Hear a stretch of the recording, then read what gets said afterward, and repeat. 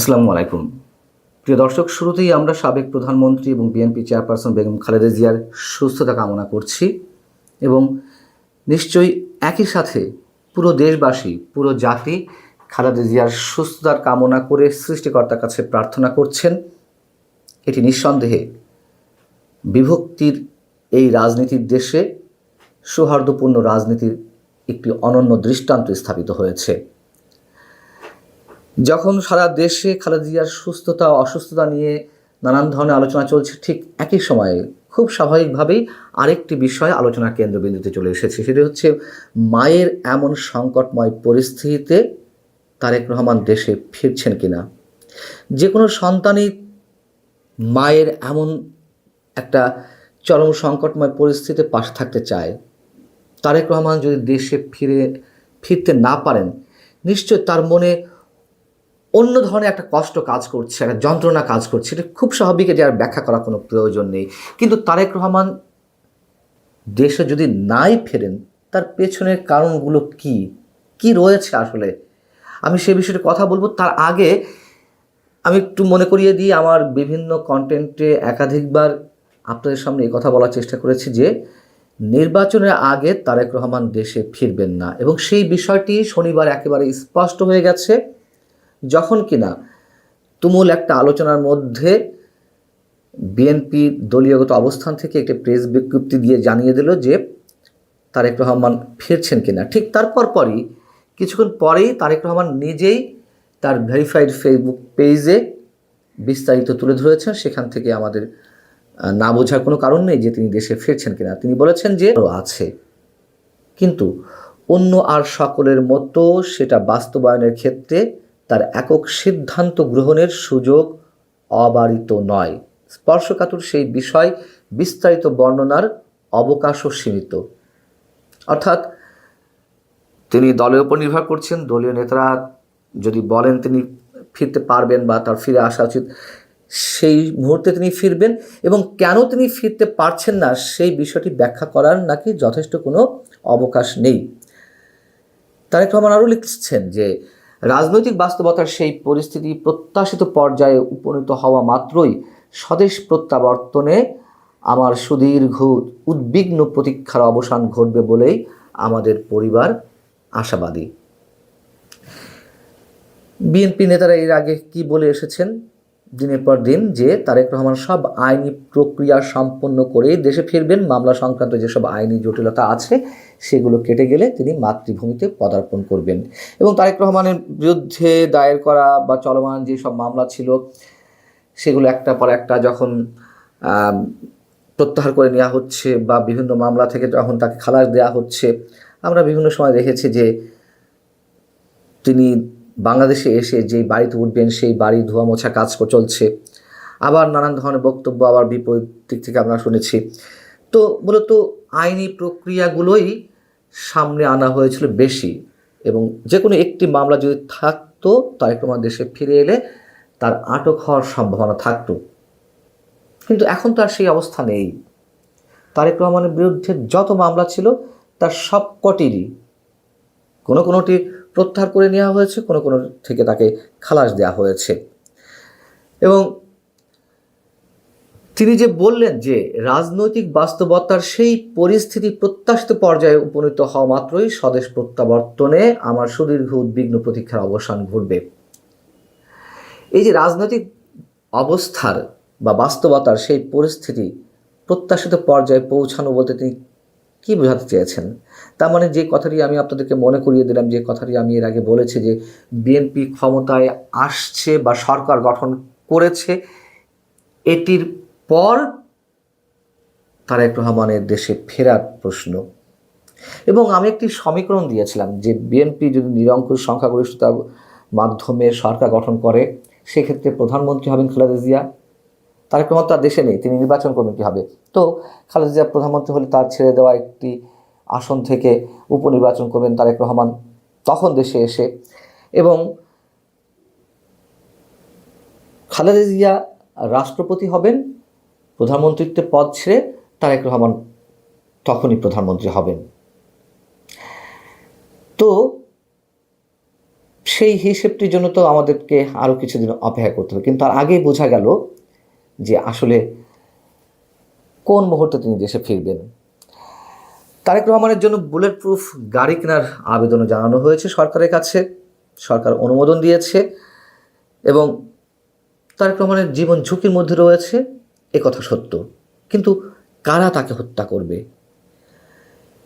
ভারত কি তারেক রহমানকে টার্গেট করেছে? প্রথমেই তো এই প্রশ্নটি আসতে পারে, তাই না? ভারতের গোয়েন্দা সংস্থা রোয়া তাকে হত্যা করবে? আমার মনে হয় না। তার কারণ এর আগেও আমি বলেছি, ভারতের জন্য এই মুহূর্তে তারেক রহমানকে খুবই প্রয়োজন। তার কারণ আওয়ামী লীগ এখন দৃশ্যপটের বাইরে। আওয়ামী লীগ হয়তো রাজনীতিতে ফিরতে পারে, ঘুরে দাঁড়াতে পারে, কিন্তু ক্ষমতায় আসার বিষয়টি সহসায় হচ্ছে না। তাহলে বিকল্প কি? বিকল্প তারেক রহমান বা বিএনপিকে বেছে নেওয়া। এই জন্য তারেক রহমানের বেঁচে থাকাটা তাদের জন্য খুব জরুরি। এবং আমি একটি কথা আপনাদের জানিয়ে রাখি, এমন তথ্য আমার কাছে রয়েছে যে ভারতের কোনো খুব শক্তিশালী পক্ষের জায়গা থেকে তারেক রহমানের কাছে এই প্রস্তাবও গিয়েছিল যে তারা অবশ্যই ক্ষমতায় আসুক, এটি ভারত এই মুহূর্তে চায়, কিন্তু আওয়ামী লীগকে যেন রাজনীতির সুযোগ করে দেওয়া হয় এবং বিরোধী দলে যেন তারা একটা মোটামুটি সম্মানজনক আসন পায়, সেই ধরনের কথাবার্তা হয়েছে। এটি আমি আপনাদের সামনে বললাম যে তথ্যটি আমাদের সামনে রয়েছে। তাহলে ভারত তো আর তাকে হত্যা করার কোনো চেষ্টা করবে না। তাহলে, এবং আরেকটা কথা বলে রাখি, যেহেতু আওয়ামী লীগের বিকল্প একমাত্র বিএনপি রয়েছে ভারতের কাছে, কারণ ভারতের সীমান্ত সুরক্ষিত রাখতে হবে। কোনো জঙ্গিবাদ সাম্প্রদায়িক গোষ্ঠীর উত্থান এই মুহূর্তে ভারত দেখতে চায় না, খুব স্বাভাবিক হিসেবে। এখন প্রশ্ন হচ্ছে, তাহলে তার জন্য হুমকি হয়ে আছে কে? বর্তমান অন্তর্বর্তী সরকারই তার জন্য হুমকি? মামলা তো সব প্রত্যাহার। কোন সাহস অন্তর্বর্তী সরকার তাকে অ্যারেস্ট করবে তিনি এলে? নাকি জামাত শিবির বা জঙ্গিবাদী গোষ্ঠী বা বিশেষ কোনো মৌলবাদী গোষ্ঠী তার জন্য হুমকি হয়ে আছে? যেহেতু দেশে আওয়ামী লীগ নেই, এখন তাদের মূল প্রতিদ্বন্দ্বী বিএনপি, সো বিএনপিকে ছিন্ন বিচ্ছিন্ন করতে গেলে তারেক রহমানকে শেষ করে দেওয়া প্রয়োজন, এমন কিছু আমরা জানি না। নাকি অন্য কোনো তৃতীয় শক্তি? তারেক রহমান 1-11-এ মুচলেখা দিয়ে গিয়েছিলেন, সে কথা আমরা জানি যে তিনি আর কখনোই রাজনীতিতে ফিরবেন না। কারা সে তৃতীয় শক্তি আমরা জানি না। কিন্তু যেটিই হোক না কেন, সবশেষে এই প্রশ্ন আমি তুলতে চাই, পৃথিবীর ইতিহাসে এমন কোনো নজির কি রয়েছে যে কোনো দেশের কোনো নির্বাসিত কোনো নেতা তার দলের ক্ষমতায় ফেরার পুরো নিশ্চয়তা বিধান করে, অথবা তার অ্যাবসেন্সে তার দল সরকার গঠন করেছে, তারপরে এসে সেই নির্বাসিত নেতা দেশে ফিরেছেন? এমন কোনো নজির কি আমাদের সামনে আছে যে কোনো নির্বাসিত নেতা তার দেশে ফিরবেন বুলেট প্রুফ গাড়ির নিশ্চয়তা পাওয়া গেলে? আমার জানা নেই। এবং নিঃসন্দেহে যারা বিএনপির নেতাকর্মী, তারেক রহমানের অনুগত অনুসারী যারা রয়েছেন, তাদের কাছে তারেক রহমানের সব যুক্তি জাস্টিফাইড হবে, তাদের কাছে যুক্তিসঙ্গত মনে হবে। আবার যারা সমালোচক রয়েছেন তারা বলছেন যে মানুষ নিজের মায়ের সংকটময় পরিস্থিতিতে, চরম সংকটময় পরিস্থিতিতে মায়ের পাশে থাকেন না, সেই জনাব মাহবুব কামাল, উনি সিনিয়র সাংবাদিক, আমাদের বড় ভাই এবং আপনাদের কাছে খুবই পরিচিত মুখ। আপনি হয়তো ভাববেন যে দুদিন আগেই তো মাহবুব কামাল সাহেবকে নিয়ে আমরা একটা অনুষ্ঠান করলাম, তাহলে আজ আবার কেন? আজকের এই অনুষ্ঠানটা আসলে অবধারিত ছিল এবং এটা একটা নতুন ধরনের, আমাদের এই অন্যমঞ্চের যে অনুষ্ঠানগুলি হয়ে থাকে তার সঙ্গে একটু অন্যরকম, কারণ এই ধরনের অনুষ্ঠান আমরা অন্যমঞ্চে এর আগে কখনো করিনি। আজকের এই অনুষ্ঠানটা আমরা করছি যে কদিন আগে মাহবুব কামাল ভাইকে নিয়ে আমরা একটা অনুষ্ঠান করেছিলাম এবং সেখানে উনি কিছু বক্তব্য দিয়েছিলেন, এবং সেই বক্তব্যগুলো আমাদের সবসময় যেরকম কন্টেম্পোরারি ইস্যু নিয়ে করি সেরকম ছিল না। সেটা ছিল আমাদের একটা ইতিহাসের একটা বিতর্ক নিয়ে, যে বিতর্কটা অপ্রয়োজনীয় ছিল কিন্তু আমাদের দেশে চলছিল। সেরকম একটা বিতর্কে উনি প্রত্যক্ষদর্শী হিসেবে কিছু কথা বলেছিলেন। সেটা হলো আমাদের স্বাধীনতার ঘোষণা এবং 7ই মার্চের সেই ভাষণ। এই বক্তব্যটা দেওয়ার পর আমরা দেখেছি বিপুল সংখ্যক দর্শক এর সঙ্গে ইনভলভ হয়ে গেছেন। কত লোক দেখেছেন সেটা ইম্পর্টেন্ট না, ইম্পর্টেন্ট হলো কত বিভিন্ন শ্রেণীর মানুষ সেটাতে রিয়েক্ট করেছেন, সেটাতে অ্যাক্ট করেছেন, প্রশংসা করেছেন বেশি, দু একজন কিছু প্রশ্নও করেছেন। আমরা সেই প্রশংসা এবং প্রশ্নগুলো নিয়ে আজকের আলোচনাটা করতে চাই। জনাব মাহবুব কামাল, আমার ধারণা আপনিও সেই সমস্ত কমেন্টগুলো কিছু কিছু দেখেছেন। আপনার প্রাথমিক মানে এইটা কি, প্রতিক্রিয়াটা কি এইগুলো দেখার পর? না, আমার আপনার ইউটিউবে তো অনেক কমেন্ট পড়েছে, আমি ফেসবুকে লিঙ্ক দিয়েছিলাম, ওখানেও অনেক কমেন্ট পড়েছে। জি। তো আই ওয়াজ সারপ্রাইজড যে মানে হয় না যে একটা কন্টেন্টে 80% প্রশংসা, 20% সমালোচনা বা 60-40 এরকম হয় আর কি। কিন্তু আই ওয়াজ সারপ্রাইজ যে আমার যে ফেসবুক পেজ, সেখানে আমি কোনো ধরনের নেগেটিভ কোনো মন্তব্য পাইনি। এটা আমার কাছে বিস্ময় লেগেছে আর কি। এবং সবাই ইনভলভড হয়েছেন এবং এবং এটা প্রশংসা করে এই জন্য আমি খুব মানে হ্যাপি মুডে আছি বলতে পারবেন যে আমার কথা সবাই বিশ্বাস করেছে। এবং না বিশ্বাস করার কোনো কারণ নাই, কারণ এগুলো সব রেকর্ড আছে, সেগুলো ওই সময়কার পত্রপত্রিকা ঘাটলেই দেখা যাবে। আমি একটা সিঙ্গেল মিথ্যা ইনফরমেশন দেই নাই এবং আমি চেষ্টা করেছি যৌক্তিকভাবে এই জিনিসটা ব্যাখ্যা করার জন্য। এবং কোনো ইনফরমেশনের কোনো ঘাটতি যে নেই সেইটা আমি কোথাও পাই নাই।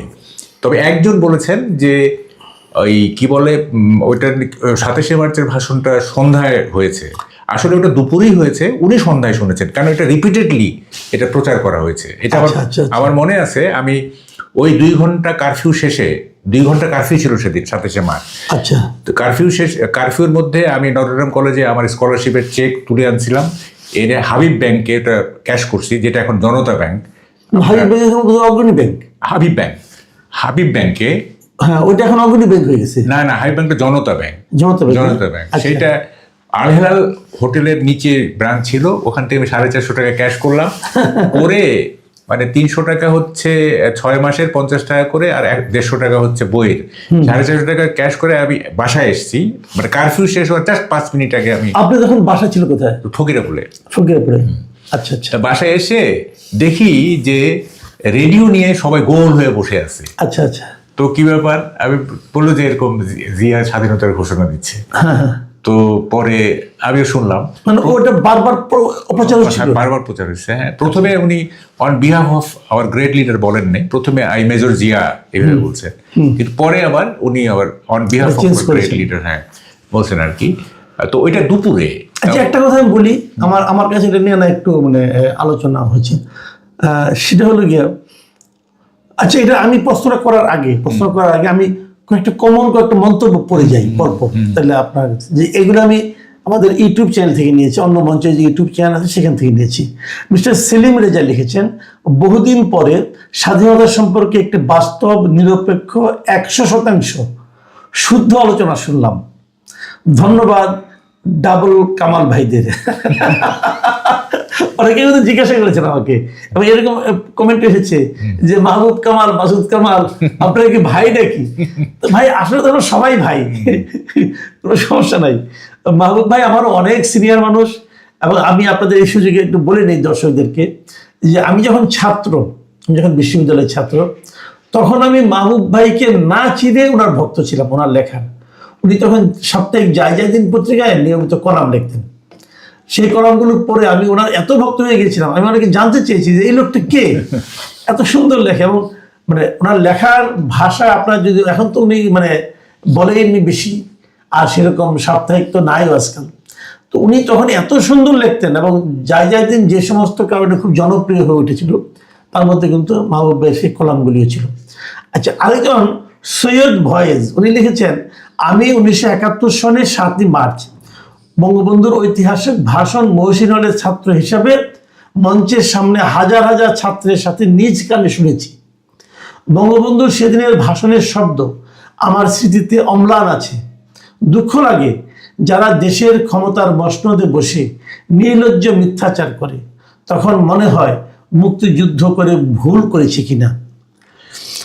আরেকটা মন্তব্য লিখেছেন মোহাম্মদ শহীদুল ইসলাম, তিনি লিখেছেন, অসাধারণ বিশ্লেষণ, এটাও একটা স্বাধীনতার দলিল।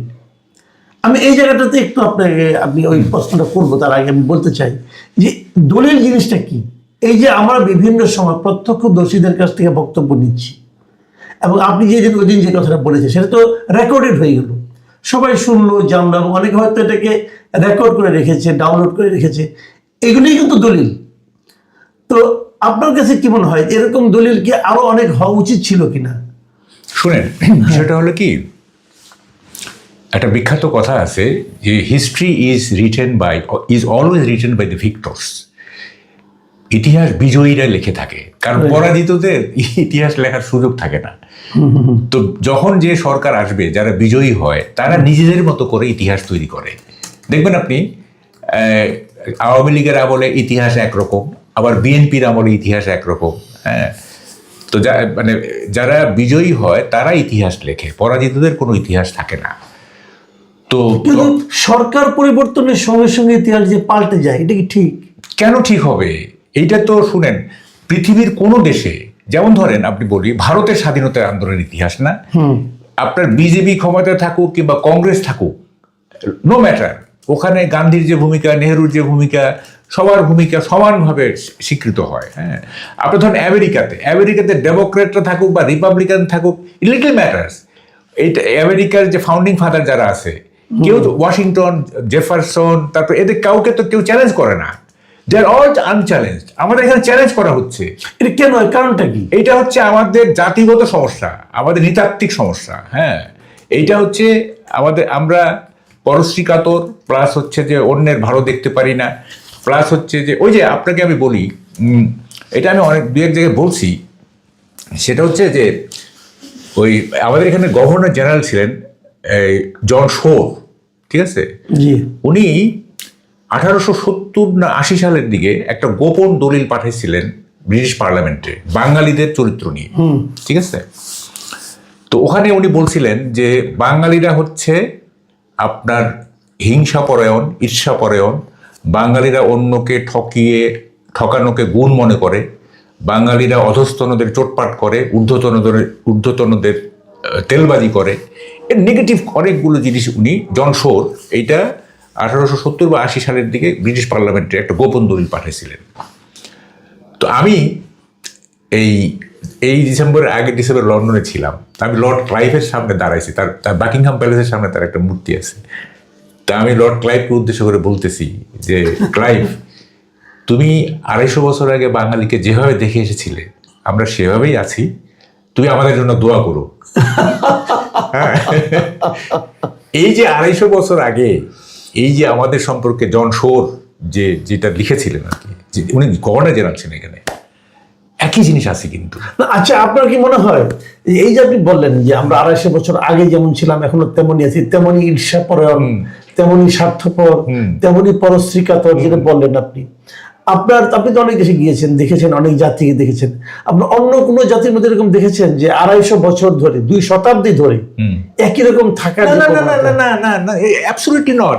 আপনি দেখেন ডাচ এবং ডেনিশ, ওই যে নেদারল্যান্ডের লোকজন, ডেনমার্কের লোকজন, এরা 250-300 বছর আগে কি ছিল? জলদস্যু ছিল, ডাকাত ছিল 300-400 বছর আগে। এখন দেখেন তারা কত সিভিলাইজড। এর পেছনে কারণটা কি? আমাদের এই যে পরিবর্তন না হওয়ার যে জেদ, এর পেছনে কারণটা হচ্ছে, শুনেন, আমরা তো নিজেরা কখনো নিজেদের শাসন করি নাই। এই ফর দ্য ফার্স্ট টাইম আমরা 71-এ আমরা নিজেরা নিজেদের শাসন করছি। এর আগে তো আমরা সবসময় বাইরের শক্তি দ্বারা শাসিত হয়েছি।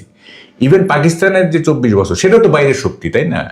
এর আগে ব্রিটিশ, তারপরে নানা রকম বাইরের শক্তি দ্বারা আমরা নিজেরা নিজেদেরকে শাসন করতে পারি নাই। ফলে আমরা হয়েছে কি, একটা সংকর জাতিতে পরিণত হয়েছি। যখন যে জাতি আসছে, হ্যাঁ, শাসন করছে আমরা কিন্তু একটা সংকর জাতি বেসিক্যালি। হ্যাঁ, এই সংকর জাতির তো আপনার নিজস্ব কোনো মানে পজিটিভ কোনো বিকাশ হবে না।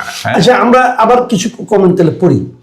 জামিল চৌধুরী লিখেছেন যে আপনার কাছে এবং আপনার আজকের অতিথির কাছে কৃতজ্ঞতা প্রকাশ করছি। আপনাদের আজকের এই এপিসোডটা ইতিহাসের একটা দলিল হয়ে থাকবে। আপনাদেরকে ধন্যবাদ। মারুফ আহমেদ লিখেছেন 1971 তো অনেক আগের কথা, 2024-এর ইতিহাসই চোখের সামনে পরিবর্তন করতে দেখছি। এটাও কিন্তু একটা বড় অভিযোগ আমি দেখেছি যে আমরা 71 তো দূরের কথা, এখন 24 বছর গত বছর গেল, এটা নিয়েও কিন্তু নানা ধরনের দাবিদার গজিয়ে গেছে, যে কথা আপনি বললেন যে আমাদের চরিত্রের মধ্যেই এই জিনিসটা আছে, সকালে নিজের বাহাদুরিটা করার একটা। আচ্ছা, আপনি যে বললেন যে এই 24-এ না আমরা কি দেখছি, গত ধর 91 থেকেই ধরি, যখনই এটা তো পালাক্রমে আসছে না, BNP Awami League, one succeeded another. তো যখন বিএনপি চলে যাওয়ার পরে আওয়ামী লীগ আসছে, তখন আওয়ামী লীগ বিএনপি আমলের নানা রকম সত্যকে ডিস্টোর্ট করছে, বিকৃত করছে, করছে ইত্যাদি। আবার যখন বিএনপি আসে তখন আবার ইমিডিয়েট পাস গভর্নমেন্টের বিকৃতি করছে। সো এটা আমাদের নেচারের মধ্যে আছে, বুঝছেন। আমরা মানে একটা যে সহনশীল সমাজ গড়ে তুলবো, হ্যাঁ, একটা রেইনবো সোসাইটি গড়ে তুলবো, এইটা আমাদের চরিত্রের মধ্যেই নাই। এবং দেখেন ঈর্ষাপরণটা, আমি একটা উদাহরণ দিই আপনাকে। এই যে ইউনূস সাহেব যে লন্ডনে গেলেন না, তারেক রহমানের সাথে দেখা করলেন, যে না, এনসিপি এবং জামাতের এই ক্ষোভের কারণটা কি? যে উনি একটা দলের প্রেসিডেন্টের কাছে গেলেন, আমাদেরকে উনি কিছু বললেন না। এই যে ঈর্ষাপরণতা, হ্যাঁ, উনি কেন এককভাবে তারেক রহমানের কাছে যাবেন? আমরা কি তাহলে মানে আমাদের কি কোনো মূল্য নাই? হ্যাঁ, তো এই যে ব্যাপারটা, মানে এইটা সব ক্ষেত্রে আপনি দেখতে পারবেন। হ্যাঁ, আচ্ছা, আমরা আরো কিছু একটা কমেন্ট করি।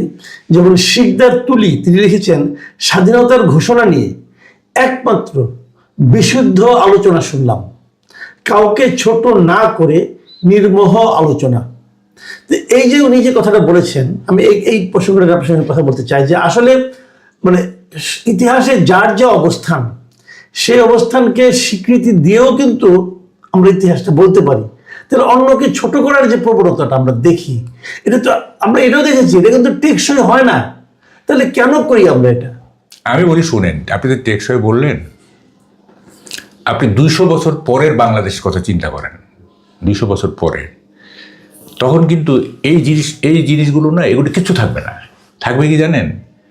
ইতিহাসের বাকি জিনিসগুলোর ফুটনোটে চলে যাবে, গবেষকদের টেবিলে চলে যাবে। সাধারণের মাঝে কি থাকবে?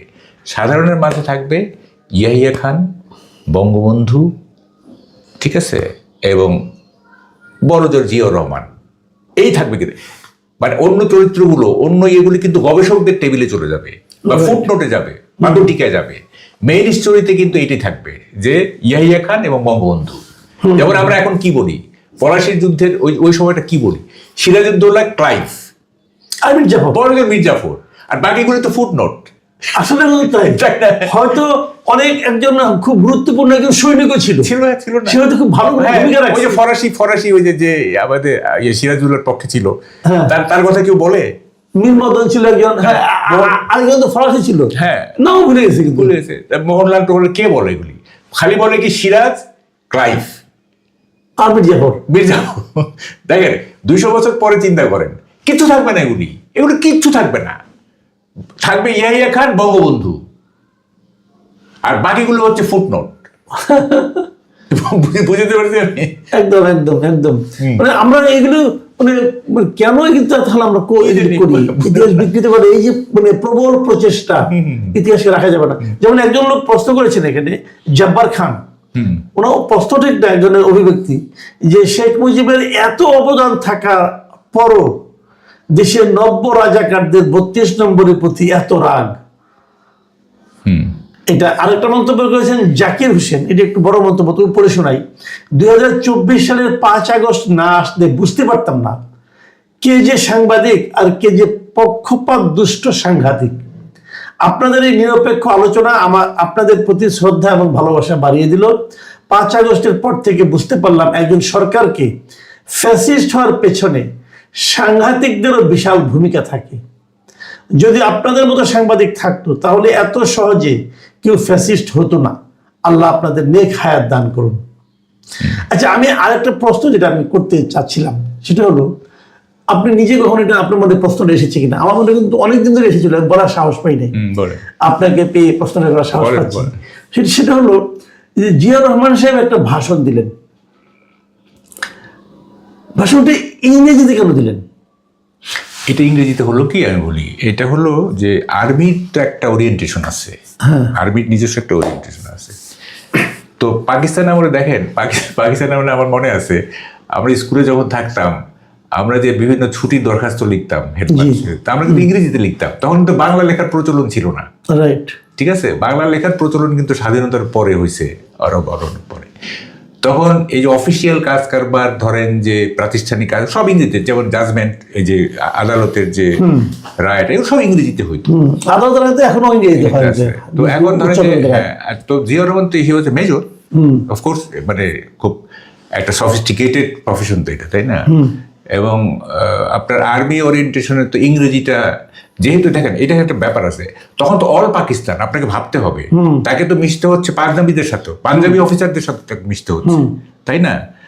মানে শুধু তো বাঙালি না, তাই না? পাঞ্জাবি, বেলুচি, নানা ধরনের আর্মির সাথে তার মিশতে হয়েছে। তারপর ধরেন যে ওয়েস্ট পাকিস্তানে সে ট্রেনিংয়ে গেছে ইত্যাদি। তো সে এই তার এই কনভারসেশন যেটা আর কি, মানে মানে এই আপনার পারিবারিক বা তার বন্ধু বান্ধবের বাইরে যে প্রফেশনাল জীবন, সেখানে তো তাকে ইংরেজি ব্যবহার করতে হয়েছে, তাই না? তো ফলে তার ওইটা আর কি, এবং ইংরেজিতে কমফোর্টেবল ফিল করেন। হয়তো দেখা যাচ্ছে কেউ কেউ কিন্তু যেমন ধরেন যে বাংলা চাইতে ইংরেজিতে কমফোর্টেবল বেশি ফিল করেন। হ্যাঁ, যেমন আমার ক্ষেত্রে হয় কি, আমি কতগুলি বিষয় বাংলায় বলতেই পারি না, মানে ওইটা ইংরেজিতেই মাথায় চলে আসে। হ্যাঁ, তো সেইভাবে এটা দোষের কিছু না, এটা দোষ না। আমি এমনি যে জানার জন্য, কৌতূহলের জন্য, সেটা হলো যখন ওনার এই ভাষণটা, আসলে ওনার টার্গেট অডিয়েন্স কারা ছিল? দেশের সাধারণ মানুষ। তো সাধারণ মানুষ তো এটার অর্থ অনেকে বুঝবে না, কিন্তু যিনি ইংরেজিতে বলেন তিনিও কিন্তু বাংলাটা বুঝেন। তো সেটাই আমি বলতে চাচ্ছি আর কি, যে ওখানে কেউ কি ছিল না বলার জন্য যে ভাই উনি তো একবার ভাষণ দিলেন, তারপর আবার চেঞ্জ করলেন। আমি বলছি বাংলায় কেন, মানে না, এইটা এইভাবে দেখলে হবে না। এটা হচ্ছে যে উনি যখনই এইটা একজনও যদি শুনে থাকে ইংরেজিটা, এটা তরঙ্গায়িত হবে সারা পূর্ব পাকিস্তানে, এবং সাথে সাথে অনুবাদ হয়ে যাবে সারা বাংলাদেশে, তরঙ্গায়িত হয়ে যাবে, তাই না? তো বিরাট সেন্সিটিভ একটা ব্যাপার, তাই না? ওই সময় হ্যাঁ। তো এখন উনি স্বাধীনতা ঘোষণা করছে ইংরেজিতে, ওখানে বহু লোক শুনছে যারা এটার মানে জানে, এক কান দুই কান হয়ে সারা বাংলাদেশ তরঙ্গায়িত হয়ে গেছে। এটা কোনো ব্যাপার না, ওইটা উনি he felt comfortable in English. হ্যাঁ, বাংলায় বললে হয়তো ওরা আটকে যেত, কারণ উনি তো ইংরেজি বলতে অভ্যস্ত, তাই না? বাংলায় গেলে হয়তো আটকায় যেতে পারতো, এত মানে সাবলীল ভাবে হয়তো বলতে পারতেন না। আচ্ছা, আরেকটা মন্তব্য পড়ি, এই মন্তব্যটা ভারত থেকে আসছে। লিখেছেন মিস্টার প্রসেনজিৎ দেব। তিনি লিখেছেন, আমি ভারতের ত্রিপুরা রাজ্যের একজন নাগরিক, কিন্তু শ্রদ্ধাভাজন মাসুদ কামাল সাহেবের দুটো চ্যানেলে বিভিন্ন আলোচনায় প্রায় শুনি। কারণ মাসুদ কামাল সাহেব আলোচনা এবং ওনাকে কেন জানি না আমার ভালো লাগে, এবং মাহবুব কামাল সাহেবের বিশ্লেষণ ও আলোচনা আমি রীতিমতো এনজয় করি। উনি এত সুন্দর যুক্তিযুক্ত কথা বলেন, এবং ওনার পাণ্ডিত্য, কথা বলার ভঙ্গি আমাকে প্রবল আকর্ষিত করে। ওনার কথার উপস্থাপনেই প্রমাণিত হয় তিনি একজন সুশিক্ষিত, প্রকৃত জ্ঞানী মানুষ। বিশেষ করে মাহবুব কামাল ও অজয় দাশগুপ্ত, এই দুদিন আলোচনায় মিস করি না। যদিও এই আলোচনাগুলো আমার দেশের বিষয় নয়, কিন্তু ভালো লাগা থেকেই বিনা কারণেই শুনি। আসলে কি বিনা কারণে শুনে না? হ্যাঁ, এটা একটা বিরাট কমপ্লিমেন্ট আমার জন্য। হ্যাঁ, আচ্ছা, কে এম আজিজুল ইসলাম লিখেছেন, কামাল সাহেবকে বলছি, মানে এটা আপনাকে বলছেন, আমি তখন রাওয়ালপিন্ডিতে আর্মি হেডকোয়ার্টারে ছিলাম। 25 তারিখ দিবাগত রাতে বাঙালি সৈনিক যারা ডিউটিতে ছিলেন, রাত 3টায় এসে আমাকে বলে গেলেন যে বাংলাদেশের স্বাধীনতা ঘোষণা হয়ে গেছে, মানসিকভাবে প্রস্তুত হও। বলে রাখা ভালো, সেনা সদরের রেডিও সিগন্যাল সেট খুবই শক্তিশালী। এটা কিন্তু আমার মনে হয় যে আরেকটা ইনফরমেশন, এটাও কিন্তু আমার মনে হয় যে অনেকের মাথায়, যেন এই যে কে এম আজিজুল হক যিনি আছেন, উনি হয়তো প্রাদপ্রদীপের নিচে নাই, ওনাকে হয়তো কেউ চেনে না, জানে না, কিন্তু ওনার এই যে ইনফরমেশনটা, এটাও কিন্তু ইতিহাসের একটা অংশ আমি মনে করি। এবং ওনার এই ইনফরমেশনটা কিন্তু আপনার যে বয়ানটা, আপনার যে বক্তব্যটা, আপনার যে অভিজ্ঞতা, তার সঙ্গে কিন্তু মিলে যাচ্ছে। না, এখানে দেখেন আমি বলি, একটু বলে নিই আপনাকে। জি প্লিজ। যেমন ধরেন যে আমি কি বলছি, আমি যা যা শুনেছি, যা যা দেখেছি, সেটাই বলছি। আমার বাইরে অনেক কিছু থাকতে পারে, তাই না? যেমন ধরেন অনেকে বলে হান্নান সাহেব চিটাগে, আরো অনেক, সেগুলো তো আমি শুনি নাই। আমি যেটা শুনেছি আমি সেটাই বলেছি। হ্যাঁ, বাকিরা কি কি ইনফরমেশন জানেন টানেন, তারা সেগুলি বলবেন এবং প্রমাণ সহ বলবেন, আন্দাজে বললে হবে না কিন্তু। যেমন আমার প্রত্যেকটা প্রমাণ আছে, আপনি ওই সময়কার পত্রিকা ঘাটলেই আপনি দেখবেন যে 1 তারিখে খেলা হচ্ছিল কিনা, হ্যাঁ স্টেডিয়ামে 1 তারিখে আচ্ছা, খেলা নিয়ে কিন্তু ইন্টারেস্টিং একটা পয়েন্ট আছে। একজন MS দোহা তিনি লিখেছেন মাহবুব সাহেবের খেলার বিষয় অতি সত্য কথা বললেন। খেলার বিষয়ে আমার চাকরি জীবনে তখন ওই মুহূর্তে ওই দিনে সকাল 8টা থেকে 2টা পর্যন্ত ছিলাম। স্টেডিয়ামে। ধন্যবাদ মাহবুব সাহেব সঠিক বর্ণনা দেওয়ার জন্য। একদম একদম দেখেন, হ্যাঁ। মানে আমার তো স্মৃতিশক্তি ভালো বলবো আমি। হ্যাঁ। আসিফ ইকবাল এবং সরফরাজ নওয়াজ ব্যাটিং করতেছিলেন, ওটাও আমার মনে আছে। আচ্ছা, ওইটাও আমার মনে আছে। এবং ঠিক একটার সময় ওই যে যারা রেডিও নিয়ে গেছে, হ্যাঁ, তারা শুনতেছে যে রানিং কমিটি বন্ধ, এখন এখন জাতির উদ্দেশ্যে ভাষণ দিবেন। বা সবাই কান খাড়া করলাম, খেলা চলতেছে, আমরা কান খাড়া করলাম, কি বলতেছে। যেই না বললো যে কি পার্লামেন্টের অধিবেশন অনির্দিষ্টকালের জন্য স্থগিত করা হলো, ব্যাস কয়েক সেকেন্ডের মধ্যে আমি যে বললাম, আমরা ঢুকলাম পাকিস্তানি হয়ে স্টেডিয়ামে, বের হলাম বাঙালি হয়ে। ইন্টারেস্টিং কিন্তু, হ্যাঁ, মানে আমরা রিভল্ট করলাম যে কি শেখ মুজিব তাহলে প্রাইম মিনিস্টার হইতে পারবে না বাংলাদেশ পাকিস্তানের? হ্যাঁ, এটা পারবে না হইতে। কি ষড়যন্ত্র চলতেছে? ষড়যন্ত্রটা হলো কি, ভুট্টো এটা বাগড়ানি ছিল, মানে আমরা তো পাইলাম 167টা, ভুট্টো এটা 300 আসনের পার্লামেন্ট। পশ্চিম পাকিস্তানে ভুট্টো পাইছিল 131টা, ঠিক আছে, 131টা কম, 131 না 80টা 88টা মনে হয় যদি ধারণা না, মানে সব মিলে 131টা। আচ্ছা, আমরা তো 167টা, তাই না? হ্যাঁ 180 আমরা 3টা পাইনি, হ্যাঁ 2টা পাইনি, 169 ছিল নুরুল আমিন এবং পার্বত্য এলাকায়, হ্যাঁ দুইজন 180 না, ওইটা 131 আমার মনে আছে। এটা কি পিপিপি না কি সব মিলায়, যাই হোক। তো ভুট্টো বললো যে মানে কি বলে যে এটা মানে সে একটা বুঝাতে চাইলো যে 2 পাকিস্তানে 2টা প্রধানমন্ত্রী হবে। আচ্ছা, বুঝছেন? এবার বললো যে এই কি বলে যে পার্লামেন্টে যারা যাবে কসাইখানা হবে। তো ভুট্টো এরকম থ্রেট করার পরে তো এখান থেকে একটা সাংঘাতিক ব্যাপার। হ্যাঁ, ভুট্টো এখানকার প্রধানমন্ত্রী হইতে যেতেছে, আবার এদিকে শেখ মুজিব পূর্ব পাকিস্তানের, এটা তো হয়, এটা কনফেডারেশন, তাই না? তো ফলে এখন এই সবটা মিলায় বিআইয়েরও ইচ্ছা ছিল না শেখ মুজিবের কাছে পাওয়ার ট্রান্সফার করা, এই সবটা মিলায় উনি স্থগিত করে দিলেন। তো যখনই স্থগিত করে দিলেন তখন তো আমরা আর তো চলে না, আর চলে না। এখন আমরা আমাদের বাঙালি সত্তা জেগে উঠলো, হ্যাঁ, ওই কয়েক সেকেন্ড। কিন্তু এর আগে একটু বুঝতে হবে, আমরা যে বলি না যে কি বলে যে একটা বহুদিন ধরে আমাদের মধ্যে একটা এরকম না, ছিল একটা স্বাধিকার আন্দোলনের চেতনা ছিল, বাঙালিত্ব ছিল, সবই ছিল। যেমন রবীন্দ্রনাথ উপর যখন নিষেধাজ্ঞা আসলো তখন আমরা খেপে গেলাম, হ্যাঁ, তারপরে ভাষা সবটা মিলে একটা ছিল। কিন্তু পাকিস্তান ভেঙে যাবে এই ধরনের আমরা কখনো ভাবি নাই। আমরা আরো 2-একটা পড়ি, তারপরে আলোচনা শেষ করবো। আমরা মিস্টার খাইরুল কবির লিখেছেন, আমি 7 মার্চ বঙ্গবন্ধুর ভাষণ এবং জিয়া রহমানের 27 মার্চ 2বার দেওয়া ঘোষণা শুনেছি। জনাব মাহবুব কামাল খুবই নিরপেক্ষভাবে সব তুলে ধরেছেন। যদি বঙ্গবন্ধুকে ছোট করে জিয়া রহমানকে বড় করে দেখানো হয় তাতে ওনাদের কিছু আসে যাবে না, বরং জাতি হিসেবে আমরা নিজেদের ছোট হিসেবে উপস্থাপন করছি বা করব। মাহবুব রহমান লিখেছেন, 7 মার্চের ভাষণ বই থেকে বাদ দেওয়া হচ্ছে। এই সরকার কি চায় দেশ ও জাতির বুঝতে বাকি থাকে না। এটা কিন্তু একটা গুরুত্বপূর্ণ বিষয়। কারণ আপনি আলোচনায় আপনি বারবার বলতেছেন যে 7 মার্চই মোটামুটি কিন্তু শেখ মুজিব উনি বলে দিয়েছেন যে কি হবে।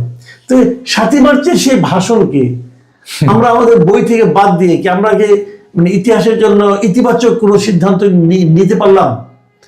এটা নিয়ে আপনি কি শুনেন, 7 মার্চে কেন বাদ দেওয়া হয়েছে? ওইটাই তো আসলে স্বাধীনতার প্রথম ঘোষণা আর কি, হ্যাঁ, ঘোষণা। তো ফলে এইটা থাকলে সব ক্রেডিট শেখ মুজিবের কাছে চলে যায়, সব ক্রেডিট তো তার কাছে চলে যায়, ফলে তাকে ক্রেডিট দেওয়া যাবে না। ক্রেডিট কি, তাকে তো মুছে ফেলার চেষ্টা হচ্ছে, ক্রেডিট তো পরের ব্যাপার। ফলে এই দেখেন এই জাতি কিভাবে আগাবে বলেন? হ্যাঁ, আমরা তো যার যতটুকু অবদান সব দিতে চাই। আমরা ভাসানীকে তার সম্মান দিতে চাই, আমরা শেরে বাংলা ফজলুল হককে সম্মান দিতে চাই, আমরা উসমানী, তাজউদ্দিন, সবার যার যার প্রাপ্য তারা পাবে, সেটা হ্যাঁ অনুপাত হিসেবে পাবে। কিন্তু বঙ্গবন্ধু যে একেবারেই মানে উনি যে মানে শ্রেষ্ঠ নেতা ছিলেন, উনি যে আমাদের মেইন স্থপতি, মেইন আর্কিটেক্ট, এটা তো আমাদের স্বীকার করতে হবে। সেটা স্বীকার করে বাকিটা যাদের যেটা পাওনা আছে সেটা তারা পাবে, তাই না? আর আমি এখন আপনার যে ফেসবুক পেজ, আপনার ফেসবুক পেজও আপনি এটাকে শেয়ার করেছিলেন, সেটাতেও আমি প্রচুর মন্তব্য পেয়েছি। ওখান থেকে আমি গোটা 2-3 মন্তব্য পড়তে চাই।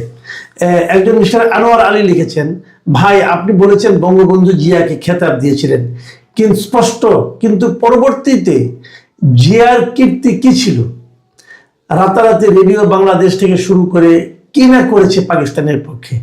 তেমনি ওসমানী সাহেব বঙ্গবন্ধু হত্যার আগে বা পরে, হ্যাঁ নিশ্চয়ই তাজউদ্দিন সাহেবের প্রতি কিছুটা অবিচার করা হয়েছে, কিছু কিছু ক্ষেত্রে আওয়ামী লীগের বড় ধরনের বিচ্যুতি ছিল।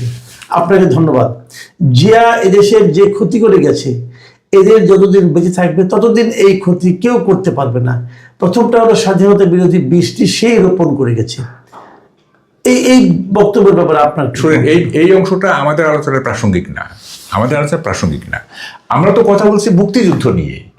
জিয়ার যে সমস্ত নেগেটিভ কাজ সেগুলো তো হচ্ছে ৭৫-এর পরে, তাই না?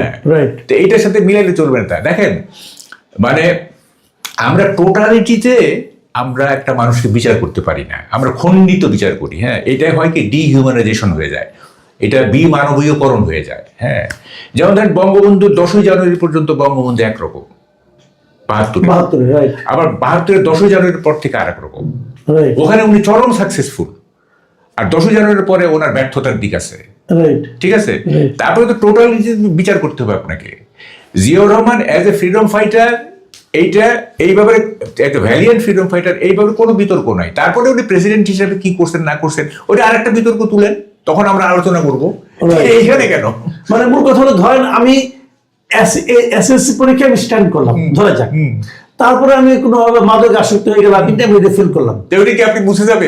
এখন তাই বলে কি এসএসসি স্ট্যান্ড করতে পারে, বাদ দিয়ে দেবেন? বলেন দেখি, সাধারণ একটা লজিক। হ্যাঁ, তো ফলে ওইটা কেন মিলাবো আমরা? হ্যাঁ, আচ্ছা, এনায়েতুল্লাহ সাহেব লিখেছেন, শুনলাম একটা জায়গায় ভুলে 27শে মার্চ সন্ধ্যার জায়গায় দুপুরে বলেছেন, আর জিয়ার ঘোষণা পাঠের আগে আরো 7 জন সেই একই কেন্দ্র থেকে বঙ্গবন্ধু স্বাধীনতার ঘোষণা পাঠ করেছিল, এর উল্লেখ করতে পারতেন। না না, এখানে ব্যাপার হলো আমি যেগুলি শুনি নাই সেগুলো আমি কেন বলতে যাব, তাই না? আমি যেগুলি দেখেছি শুনেছি সেটাই আমি বলবো। আর ওটা সন্ধ্যায় না, ওটা দুপুরেই, উনি হয়তো সন্ধ্যায় শুনছে, তো রিপিট হয়েছে তো এটা, উনি হয়তো সন্ধ্যায় শুনছে। আমি নিজে আই রিমেম্বার যে আমরা এটা দুপুর কত 1টা 2টা 2:30 3টা এরকম হইতে পারে, এই সময়টাই আমরা শুনছি। এখন এটা উনি হয়তো সন্ধ্যায় শুনছেন। আর যেগুলি বাকি যেগুলির কথা বললেন ওগুলি তো ভাই আমি শুনি নাই, আমি যেটা শুনিনি সেটা আমি কেন বলবো, তাই না? আচ্ছা, আমি শেষ মন্তব্যটা পড়ছি, এটি আমাদের শেষ মন্তব্য। মিস্টার খায়রুল আলম লিখেছেন, এভাবে সাবলীল, সুন্দর ও সততার সঙ্গে আমাদের স্বাধীনতার বিষয়টি তুলে ধরার জন্য আন্তরিক ধন্যবাদ। আপনাকে বলছেন। আমি ওই 2টা শব্দ বলবো না, আমি সততাটা নিয়ে একটু বলতে চাই। জি, দেখেন, সততা কোনো ক্রেডিট না, সততা হচ্ছে ডিভাইন ভার্চু। এইটা কষ্ট করে কেউ শেখে না, ঠিক আছে? যেমন ধরেন, চোখ থাকলে যেমন দেখা যায়, কান থাকলে শোনা যায়, বিবেক থাকলে সৎ হওয়া যায়। এটা কিন্তু আমরা কষ্ট করে শিখতে হয় না। তো ফলে যেটা কষ্ট করে শিখতে হয় না ওইটা কেন আমার গুণ হবে? এটা তো গুণ হইতে পারে না, তাই না? এখন আমাদের দেশে হয় কি জানেন, সততাকে একটা বিশেষ গুণ হিসেবে দেখা হয়। যেমন ধরেন, আপনি একটা সিএনজিতে উঠলেন, উঠে দেখলেন যে 1 লাখ টাকার একটা বান্ডেল কেউ ফেলে রেখে গেছে। এখন আপনি খুঁজে পেতে ওই লোককে টাকাটা দিয়ে দিলেন, আপনার উপর একটা স্টোরি হবে। এই মাসুদ কামালের মতো সৎ, 1 লাখ টাকা পেয়েও যা টাকার মালিককে টাকা ফেরত দিছেন, এটা স্টোরি হবে পত্রিকায়। কিন্তু ওয়েস্টে কিন্তু এটা কোনো নিউজই হবে না, এটা কোনো নিউজ ভ্যালিউ নাই। কি কারণে জানেন? যে এই টাকাটা যে আপনি ফেরত দিবেন এইটা আপনার দায়িত্ব, এইটা এখানে সততার কোনো ব্যাপার নাই। এবং ওয়েস্টে কি হয় জানেন, এই ধরেন যে মালামাল হারাই গেলে কেউ পাইলে ওইটা একটা নির্দিষ্ট জায়গায় রেখে আসলে আবার যার হারাইছে সে ওই জায়গায় গিয়ে খুঁজে পেতে, ওখানে কিন্তু কোনো গার্ড ফার্ড নাই, কোনো পাহারাদার নাই, রেখে আসলো সব মাল, হারানো মাল, আর যার মাল সে ওখান থেকে তুলে নিয়ে আসলো। এখানে কিন্তু কোনো মানে কি বলে পাহারাদারও নাই। তো সততা হচ্ছে ডিভাইন ভার্চু, এইটা কোনো কষ্টার্জিত কিছু না। হ্যাঁ, তো যেটা আমি কষ্ট করে শিখি নাই ওইটা আমার গুণ হবে কেন? তার মানে সততা বলতে যাচ্ছে, সততা কোনো গুণ নয়, এখানে একটা বলি, তবে যারা সৎ আছেন তারা যে এই এত করাপশনের মধ্যে নিজেকে সৎ রাখতে পারছেন, এই যে তার চেষ্টাটা, এইটা প্রশংসার যোগ্য। এই যে চারিদিকে করাপ্ট, চারিদিকে দুর্নীতি পরায়ণ, সেখানে আপনি দুর্নীতিমুক্ত থাকার চেষ্টা করছেন, সৎ থাকার চেষ্টা করছেন, আপনি চেষ্টা করছেন, এই চেষ্টাটা প্রশংসার যোগ্য। আপনি সৎ, এইটা প্রশংসার যোগ্য না। আচ্ছা, আমি বুঝতে পারছি। জি জি জি। সততা এইটা মানে এটা কোনো গুণই না, এটা কোনো গুণই না। এইটা চোখ থাকলে আমি দেখতেছি, কান থাকলে শুনতেছি, আমার বিবেক আছে, আমি সৎ থাকবো। মানে এটা হলো একটা স্বাভাবিক মানবিক স্বাভাবিক বৈশিষ্ট্য। জীব, স্বাভাবিক। এটাকে এত গ্লোরিফাই করার কিছু নাই। পশ্চিমা দেশে সততার কোনো মূল্য নাই। এগুলো কিন্তু সবাই সঠিক বলছে। এটা তো ওইটা তো তার চিন্তা পদ্ধতিতে নাই। চিন্তা পদ্ধতিতে থাকতে হবে তো। যেমন কতগুলি শব্দ আছে ইংরেজিতে আপনি পাবেন না, হ্যাঁ, যেমন ওগুলো তো ওরা ওইভাবে চিন্তাই করে না। এইসব শব্দ ইংরেজি ভোকাবুলারিতে নাই। হ্যাঁ, যেমন ধরেন ঘেরাও একটা শব্দ আছে না, আমরা যে ঘেরাও করি, ওখানে ঘেরাওয়ের কোনো ইংরেজি পাবেন না আপনি, কারণ বাংলাদেশের রাজনীতিতে ঘেরাও হয় যে ঘেরাওয়ের আপনি ছাড় দিয়ে দেখেন, এটা কোনো ইংরেজি নাই, বুঝছেন? এটা তো করে না তারা, বুঝতে পারছি। ঠিক আছে? তো ফলে এটা তাদের চিন্তা পদ্ধতি নেই। আমি সততা কোনো গুণ না, এটা আমি এটা একটা ডিভাইন ভার্চু, এটা স্বর্গীয় একটা ব্লেসিংস আর কি, হ্যাঁ, যে স্বর্গ থেকে এটা দেওয়া হয়। জি, অনেক ধন্যবাদ, অনেক ধন্যবাদ জনাব মাহবুব কামাল। আমাদের এই বাড়তি যে আয়োজনটা, এই আয়োজন কারো মৃত্যুর খবর শোনা যাচ্ছে, গণমাধ্যমে খবর প্রকাশিত হচ্ছে, এর কোনটা স্বাভাবিক কোনটা অস্বাভাবিক আমরা নিশ্চিত করে কিছু জানি না। তবে আপনারা সবাই জানেন যে সরকারের পক্ষ থেকে ভালোবাসার উপহার হিসেবে আমাদের অনেককে সন্ত্রাস বিরোধী আইনে মামলায় জড়িয়ে কারাগারে প্রেরণ করা হয়েছিল, এবং কেরানীগঞ্জ এবং কাশিমপুর কারাগারে আমি ছিলাম প্রায় 3.5 মাস। একেবারে খারাপ কিছু হয়নি আমার জন্য। একজন সাংবাদিক হিসেবে নিউজের যথেষ্ট সোর্স আমি পেয়েছি, যথেষ্ট উপাত্ত তথ্য আমি সংগ্রহ করতে পেরেছি। আমি যখন অ্যারেস্ট হওয়ার পরপরই ঢাকার কেন্দ্রীয় কারাগার কেরানীগঞ্জ কারাগারে ছিলাম, তখন অনেকের মুখে শুনলাম যে আমি সেখানে যাওয়ার মাত্র কয়েকদিন আগে নাকি কেরানীগঞ্জের সাবেক একজন ইউপি চেয়ারম্যান আত্মহত্যা করেছেন। তো কারাগার কর্তৃপক্ষ সেটাকে বলল যে তিনি হার্ট অ্যাটাকে মৃত্যুবরণ করেছেন। কিন্তু সবাই যেটি আমার কাছে অভিযোগ করলো এবং যারা বিষয়গুলো দেখেছেন নিজের চোখে, তারা জানালেন যে ওই চেয়ারম্যান গলায় দড়ি দিয়ে আত্মহত্যা করেছেন কারাগারের অভ্যন্তরে, তার সেলের মধ্যে। কেন আত্মহত্যা করলেন? আত্মহত্যা করলেন এই কারণে যে 5 আগস্ট 2024 পর তিনি আটক হওয়ার পর থেকে তার বিরুদ্ধে একের পর এক মামলা যাচ্ছিল, একের পর এক মামলা। এবং এই মামলাগুলোর গতি যে খুব স্বাভাবিক ছিল তা না, কেমন যেন ভয়ঙ্কর একটি অস্বাভাবিক গতিতে চলছিল। যেমন এক মামলায় জামিন হয় 2 মাস 2.5 মাস পরে, আবার তার বিরুদ্ধে একটি মামলা এলো, আবার জামিন হয়, আবার মামলা এলো। এরকম হতে হতে চরম এক হতাশা থেকে তিনি নিজেকে শেষ করে দিলেন, যেটি আমি শুনতে পেলাম। তো এই যে গায়েবী একের পর এক মামলা আসছে, অজ্ঞাত আসামি হিসেবে নাম ঢুকিয়ে দেওয়া হচ্ছে কোনো কোনো মামলায়, যেহেতু এক একটা মামলায় হাজার হাজার আসামি, শত শত আসামি।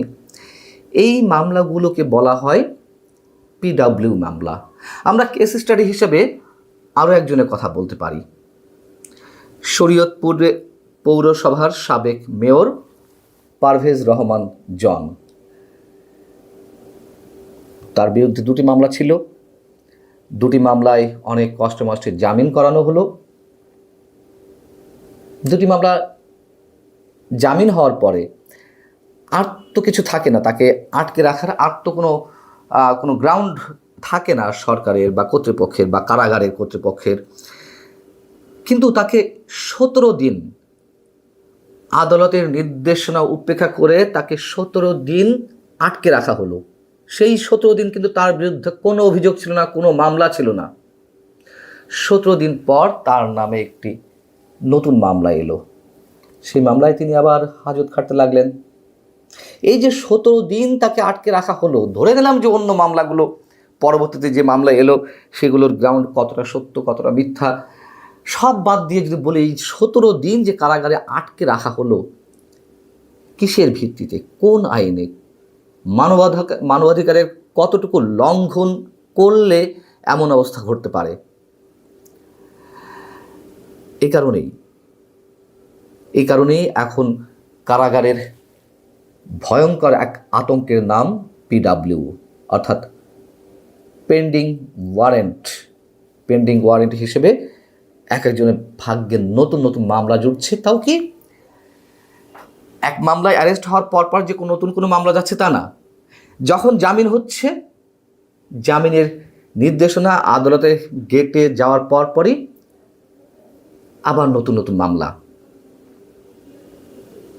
মানুষজন এক একটা মামলায় 5 লাখ 7 লাখ টাকা খরচ করে জামিন হচ্ছেন, কিন্তু পরবর্তীতে আবারও নতুন কোনো খড়গ এসে চাপছে তাদের মাথার উপরে। বেল বন্ড বা জামিনের আদালতের আদেশ জেল গেটে পৌঁছানোর সঙ্গে সঙ্গে জেল কর্তৃপক্ষ তারা ফোন দিচ্ছেন কাকে? সংশ্লিষ্ট থানা কর্তৃপক্ষকে অথবা গোয়েন্দা সংস্থাকে। এই মামলাগুলো কীভাবে আসছে? তাদেরকে অবজারভেশনে রাখা হয়। কি অবজারভেশন?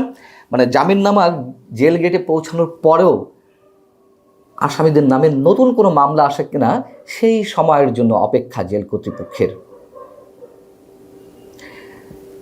তো ফোন যাচ্ছে থানাতে, ফোন যাচ্ছে গোয়েন্দা সংস্থার কাছে। তখন কি হচ্ছে? কারো কারোর নামে মামলা রেডি হয়ে আছে, খুব দ্রুত গতিতে 2-1 ঘন্টার মধ্যে নতুন মামলা চলে আসছে। আবার কাউকে কোন মামলায় জড়ানো যায়, কোন মামলায় দেয়া হয়, এই হিসেব বিবেচনা করতে করতে কয়েকদিন লেগে যাচ্ছে। এবং যদি শোনা যায় যে অভিযোগগুলো তুমুল আকারে উঠেছে, সংশ্লিষ্ট থানা কর্তৃপক্ষের সঙ্গে লাখ লাখ টাকার রফা দফা না করলে এমন মামলাও নাকি অনেকে কপালে জুটছে। এবং এদের সবাই যে আওয়ামী লীগের সক্রিয় নেতাকর্মী তা কিন্তু নন। আমি যেমন আগে জানিয়েছি, কারাগার থেকে জামিনে ছাড়া পাওয়ার পরে আমি তো এই বিষয়ে 2-1টি কন্টেন্ট করেছি, আপনাদেরকে জানিয়েছি যারা সন্ত্রাস বিরোধী আইনে আটক হচ্ছেন অথবা যাদের বিরুদ্ধে হত্যা মামলা দেওয়া হচ্ছে তাদের সবাই যে আওয়ামী লীগের রাজনীতির সঙ্গে জড়িত তা নয়। অনেক নিরীহ মানুষ, সবজি বিক্রেতা, মুদির দোকানের কর্মচারী বা মালিক, সাধারণ ব্যবসায়ী, তাদের অনেককে এই যে 24-এর গণ আন্দোলন, সেই আন্দোলনের নানান ধরনের মামলায় তাদেরকে ব্যক্তি স্বার্থের জায়গা থেকে অনেকে তাদেরকে এইসব মামলায় জড়িয়ে দিচ্ছে। ধরুন হেদায়েতুল্লাহ সরকার 1.5-2 যুগ আগে, 1-1.5 যুগ আগে তিনি ছাত্রলীগের রাজনীতির সঙ্গে জড়িত ছিলেন, রাজনীতি ছেড়েও দিয়েছেন প্রায় 1 যুগ আগে থেকে। তিনি একেবারে নিখাদ একজন ব্যবসায়ী। রাজধানীতে তার একটি ক্লিনিক রয়েছে, সেই ক্লিনিক ব্যবসা তিনি পরিচালনা করতেন। 5 আগস্টের পর তার কাছে চাঁদা দাবি করা হলো 10 লাখ টাকা। তিনি দিতে অস্বীকৃতি জানালেন, তাকে আটক করা হলো থানা পুলিশ দিয়ে, সন্ত্রাস বিরোধী আইনে মানে মামলা দিয়ে তাকে আটক করা হলো। হেদায়েতুল্লাহ সরকারের বিরুদ্ধে এই যে সন্ত্রাস বিরোধী আইনে মামলা দেওয়া হলো, এরপর আমি থাকতে দেখলাম যে তার বিরুদ্ধে একটার পর একটা মামলা আসছে। এমন একটা অবস্থা পৌঁছেছে যে এক মামলায় জামিন পেতে 5 থেকে 10 লাখ টাকা, কোনো ক্ষেত্রে 3-4 লাখ টাকা খরচ হচ্ছে। মানুষ যাদের কিছু নেই, হয়তো 2-3 শতক সহায় সম্বল হিসেবে ছিল, শেষ সম্বলটুকু বিক্রি করেও জামিন নেওয়ার চেষ্টা করেছে। কিন্তু যখন দেখছে যে একটার পর একটা মামলা আসছে, এখন মানুষ জামিনও করাতে চাইছে না। যারা বন্দী রয়েছেন তারা তাদের পরিবারের সদস্যদের বলছে যে আর আমার জামিন করানো লাগবে না, তার কারণ এই যে টাকাগুলো খরচ হচ্ছে এগুলো তো জলে যাচ্ছে, থাকি দেখি কতদিন থাকতে পারি। আমি এর আগে আপনাদেরকে চুয়াডাঙ্গা দামোদর পাইলট উচ্চ বিদ্যালয়ের একজন SSC পরীক্ষার্থী ইসমাইল হোসেনের কথা জানিয়েছিলাম। ইসমাইল হোসেনের বয়স 17 বছর। এই বিষয়টি সঙ্গত কারণে আবারও উল্লেখ করছি। তো পুলিশ তাকে দেখালো, মামলার নথিপত্রে বয়স দেখালো 18 বছর। ঢাকা শহরে এসেছিল, তার এক চাচার চিকিৎসার জন্য তাকে সহযোগিতা করতে সঙ্গী হিসেবে এসেছিল। ফার্মগেটে গত 24শে সেপ্টেম্বর একটি রেস্টুরেন্টে তারা খাওয়া দাওয়া করছিল। চাচা যখন বিল দিচ্ছে, পিছন থেকে তাকে ধরে নিয়ে পুলিশ চলে গেল, গাড়িতে উঠালো এবং এসএসসি পরীক্ষার্থী, তার আইডি কার্ড অনুযায়ী তার বয়স 17 বছর, পুলিশ দেখালো 18 বছর, যেহেতু সে শিশু কিশোরের মধ্যে পড়ে যায়। এবং তাকে যখন আদালতে তোলা হলো, জামিন মিলল না। এইভাবে বেশ কিছুদিন পরে যখন আদালতের দ্বারস্থ আবারও হওয়া লাগলো তার পরিবারকে, স্কুলের আইডি কার্ড শো করা হলো, ফর্ম ফিল আপের কাগজপত্র শো করা হলো, তখন তাকে পাঠানো হলো শিশু সংশোধনাগারে। এবং সেই মামলা উঠল শিশু ও নারী নির্যাতন ট্রাইব্যুনালে। সম্ভবত গত বুধবার তার তৃতীয় দফার মতন জামিন আবেদনের জন্য যে শুনানি ছিল, সেখানেও তার জামিন নামঞ্জুর হয়েছে। কোথায় আছি আমরা? তিনবার একজন শিশু বা কিশোর তার জামিনের জন্য তিনবার আদালতে শরণাপন্ন হয়েও তার জামিন মিলল না। অথচ বিপরীতে আমরা যখন আইন উপদেষ্টার কণ্ঠ থেকে শুনতে পাই বা সরকারের শীর্ষ মহল থেকে শুনতে পাই, প্রকাশ্যে বিভিন্ন সভা, সেমিনারে বা সাংবাদিকদের প্রশ্নের জবাবে তারা যখন বলেন যে জুলাই আন্দোলনের আসামিদেরকে, বিভিন্ন মামলার আসামিদেরকে যেন বিচার বিবেচনা করে বিচারকরা জামিন দেন, যেন গড়ে সবাইকে জামিন না দেওয়া হয়। জামিন পাওয়াটা তো মাসুদ কামাল, আমরা একটু আলোচনা করতে চাই। যে নির্বাচন হওয়ার কথাবার্তা বলা হচ্ছে ফেব্রুয়ারির দিকে, সেই নির্বাচনে আসলে কি ঘটতে যাচ্ছে, কতটা অংশগ্রহণমূলক হবে, অথবা আওয়ামী লীগ সেখানে পার্টিসিপেট করতে পারবে কিনা? এর মধ্যে আমরা নানান পর্যায়ে দেখতে পাচ্ছি যে আন্তর্জাতিক বিভিন্ন মহল থেকে এক ধরনের চাপ সম্ভবত আসতে শুরু করেছে সরকারের উপরে, আওয়ামী লীগ সহ ইনক্লুসিভ নির্বাচনের বিষয়ে। যদিও আওয়ামী লীগ শব্দটা তারা এখনো পর্যন্ত উচ্চারণ করেনি, তবে অংশগ্রহণমূলক নির্বাচনের কথা বলছে। সাংবাদিক মাসুদ কামাল, আপনাকে স্বাগত জানাচ্ছি এবং একই সঙ্গে শুরুতে এই প্রশ্ন, আসলে নির্বাচনটা অংশগ্রহণমূলক হবে কিনা? এবং আপনার কথা বলার সুবিধার্থে আমি একটু ধরিয়ে দিই যে কমনওয়েলথের মহাসচিব শার্লি বোচওয়ে যে কয়েকদিন আগে বাংলাদেশ সফর করে গেলেন, সেখানে তিনি বিভিন্ন পর্যায়ে যে বৈঠকগুলো করেছেন প্রধান উপদেষ্টা সহ, এবং তার পরবর্তী যে ফেসবুক স্ট্যাটাস গুলো দিয়েছেন, সেখানে তিনি অংশগ্রহণমূলক নির্বাচনের কথা বলেছেন। আপনি বিষয়টিকে কি হিসেবে দেখছেন? এবং আমরা জানি যে কমনওয়েলথভুক্ত 56টি রাষ্ট্র রয়েছে। বিষয়টা হয়েছে কি, আপনি এই যে কমনওয়েলথ মহাসচিবের যে আপনার পোস্টের কথা বললেন, এটা অবশ্যই আমার চোখে পড়ে নাই, বাট আপনি যে কথাটা বললেন নিশ্চয়ই আপনি দেখেই তো বলেছেন। তো এটা যদি উনি বলে থাকেন, এবং বলাটাই স্বাভাবিক এই কারণে, যেই আসুক, বিদেশি যত দেশের প্রতিনিধি আসুক, কোনো প্রতিনিধি এ কথা বলবেন না যে একটা বড় রাজনৈতিক দলকে নির্বাচনের বাইরে রেখে যদি কোনো নির্বাচন হয়, সেই নির্বাচন অংশগ্রহণমূলক, ইনক্লুসিভ অথবা পার্টিসিপেটরি, আপনি যে শব্দই ব্যবহার করেন না কেন, সেই নির্বাচন ভাই সারা দুনিয়ার কাছে খুব ভালো নির্বাচন হিসাবে বিবেচিত হবে না। এখন এই ধরনের খারাপ নির্বাচনের সঙ্গে আমাদের অভিজ্ঞতা ছিল, আমরা এর আগে বহুবার দেখেছি।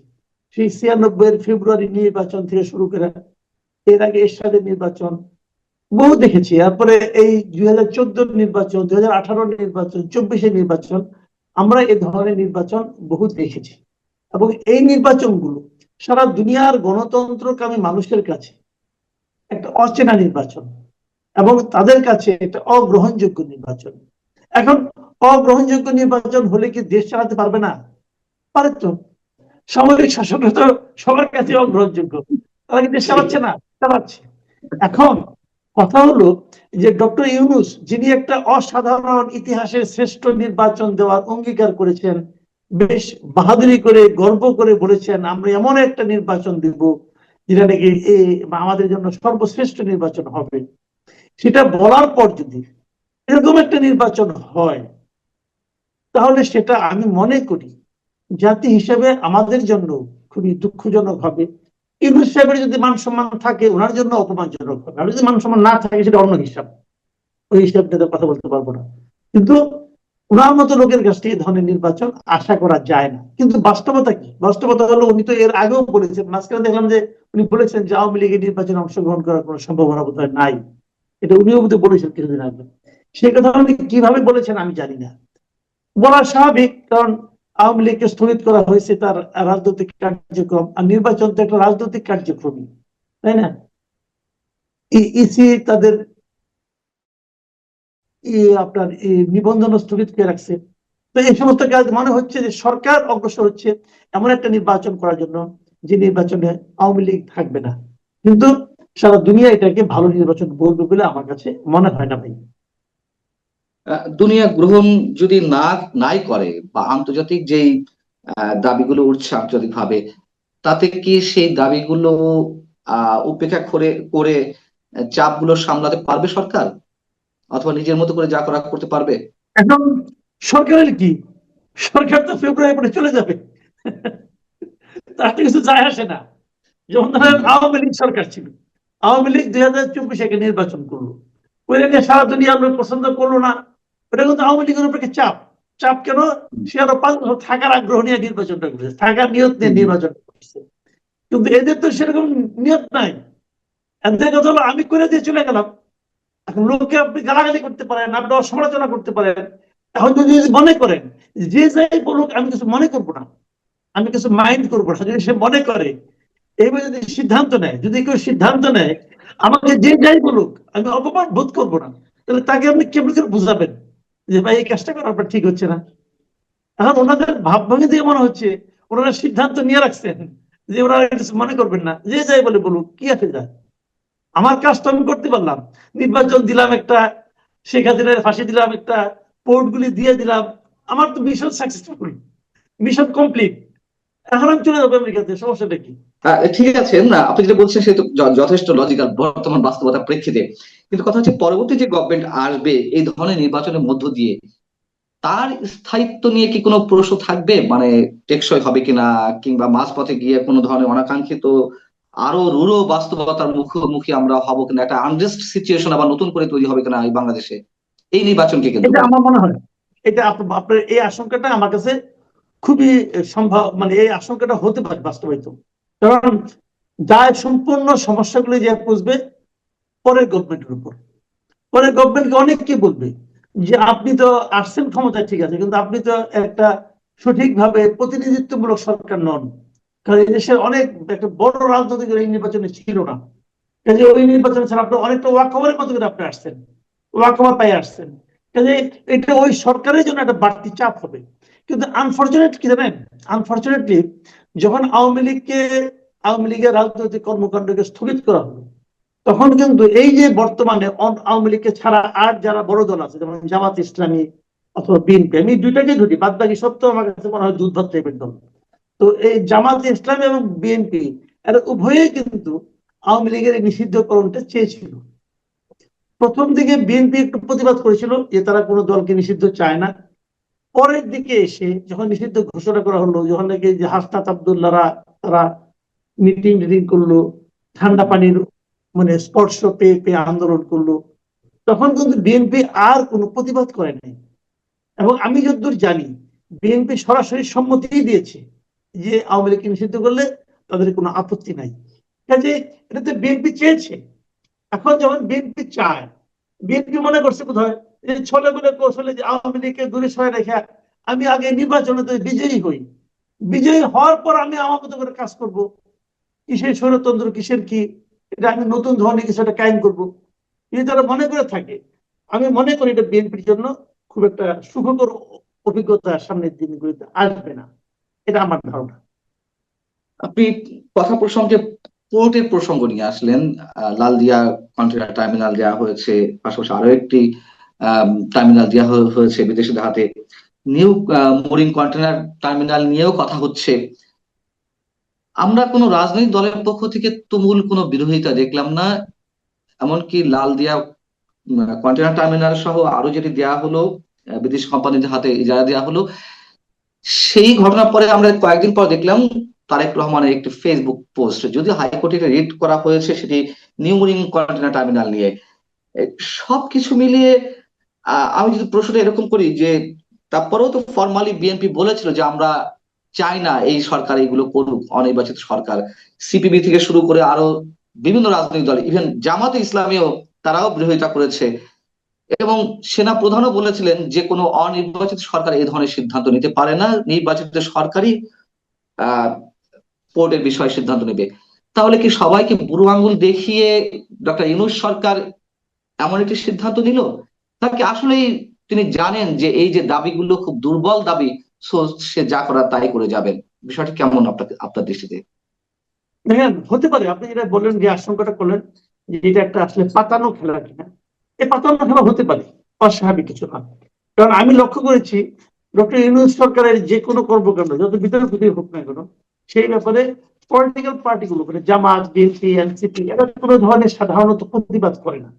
তারা যেন মেনে নেওয়ার জন্য বসেই থাকে, যেটা নাকি একেবারে নির্লজ্জের মতো হয়ে যায়। সেটা একটা লোক দেখানো মৃদু কোমল কোমল প্রতিবাদ তারা হতে বলে, মানে কথা বলে যে এটা আমরা চাই না, মানি না, অথবা কিন্তু তারপরে কিছু না। এর মধ্যে সবচেয়ে কঠিন যে মন্তব্যটা আমি পেলাম কালকে, আমি তারেক রহমান সাহেবের যে পোস্ট, যেটা ওখানে উনি বেশ কঠিন ভাবে এলডিসি থেকে উন্নয়নের বিরোধিতা করলেন এবং পোর্টের ব্যাপারে বললেন। কিন্তু এর থেকে কোনো হেলদোল লক্ষ্য করা গেল, কোনো চেঞ্জ তো হলো না। যা বলেছেন বলেছেন, এরাও কিছু বলছে না, তারাও উনি ওখানে করে যাচ্ছেন। বাট রিয়েলিটি হলো কি জানেন, এটা ওনারা করতে পারেন, ওনাদের এই এখতিয়ার নাই। কারণ একটা জিনিস হলো, আপনি একটা নন ডিসক্লোজার এগ্রিমেন্ট করছেন, একবার এক এক কথা বলে। একবার বলে এটা G2G একটা কন্ট্রাক্ট হয়েছে, এটা প্রকাশ করা যাবে না। এটা তো G2G কন্ট্রাক্ট না, ওনারা তো কতগুলি প্রাইভেট প্রতিষ্ঠানের সঙ্গে চুক্তি করেছেন। G2G গভর্নমেন্ট টু গভর্নমেন্ট, এর গভর্নমেন্ট আরেক দিকে গভর্নমেন্ট কই? ওই দিকে গভর্নমেন্ট তো নাই। এটা যেটা করছেন ডেনমার্ক, পাবলিক প্রাইভেট পার্টনারশিপ,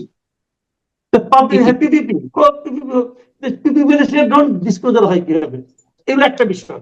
অনেকে প্রশ্ন তুলে আমাদের এখানে কি পোর্টগুলিতে দুর্নীতির আখড়া না? হ্যাঁ আখড়া মানি। এই পোর্টগুলিকে ভালোভাবে চলুক, এটা চাই না? আমি হ্যাঁ চাই, চাই। কিন্তু বিদেশিরা কোনো আপত্তি আছে আসুক, আমিও চাই আসুক বিদেশিরা, আমার তাও কোনো আপত্তি নাই। কিন্তু বিদেশিরা আসলে যে আমার বিরাট ক্ষতি হয়ে যাবে আমি তা মনে করি না। আমার কথাটা হলো কি, আপনি যে বিদেশিটা আনলেন, এই বিদেশি কোম্পানি কি পৃথিবীর একমাত্র বিদেশি কোম্পানি? আর কোনো কোম্পানি নাই। এই কোম্পানি জানলেন, এই কোম্পানি আনাই কি আমার জন্য সবচেয়ে লাভজনক হলো? এদের অফারটাই কি সবচেয়ে লাভজনক অফার ছিল? এটা কি কোনো প্রতিযোগিতামূলক পদ্ধতিতে আসছে? আমার প্রশ্ন তো ওই জায়গাগুলোতে। যদি প্রতিযোগিতামূলক ভাবে আসে, আমি যদি বুঝি এটাই বেস্ট, আমি দিব, কোনো সমস্যা নাই। প্রশ্ন হলো এটা যে বেস্ট, এটা কে বুঝলো, কিভাবে বুঝলেন আপনি? সেটা আমার কাছে এক্সপ্লেন করেন। কারণ আপনি ওরা কোনো এক্সপ্লেন করবেন না, আপনার মতো করে চলবে, তা তো হবে না রে ভাই। দেখেন, অন্তর্বর্তীকালীন সরকারের দায়িত্বটা, সরকারের নামটাই অন্তর্বর্তীকালীন, তার মানে এরা দীর্ঘ সময় থাকতে আসে নাই। অন্তর্বর্তী একটা সময় কি, এই সময় থেকে ওই সময় নতুন একটা নির্বাচিত সরকার আসা পর্যন্ত এরা থাকবে। এবং তারা বলে যে এটা সংবিধানে না থাকলেও সুপ্রিম কোর্টের 106-এর মাধ্যমে তারা আসছে।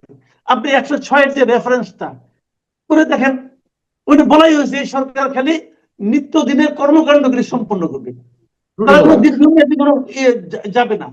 তাহলে তারা কোনো জ্ঞান, আপনি এই 3 মাসের সরকার 32 বছরের জন্য চুক্তি করলেন, এটা কেন পারেন? এক নম্বর।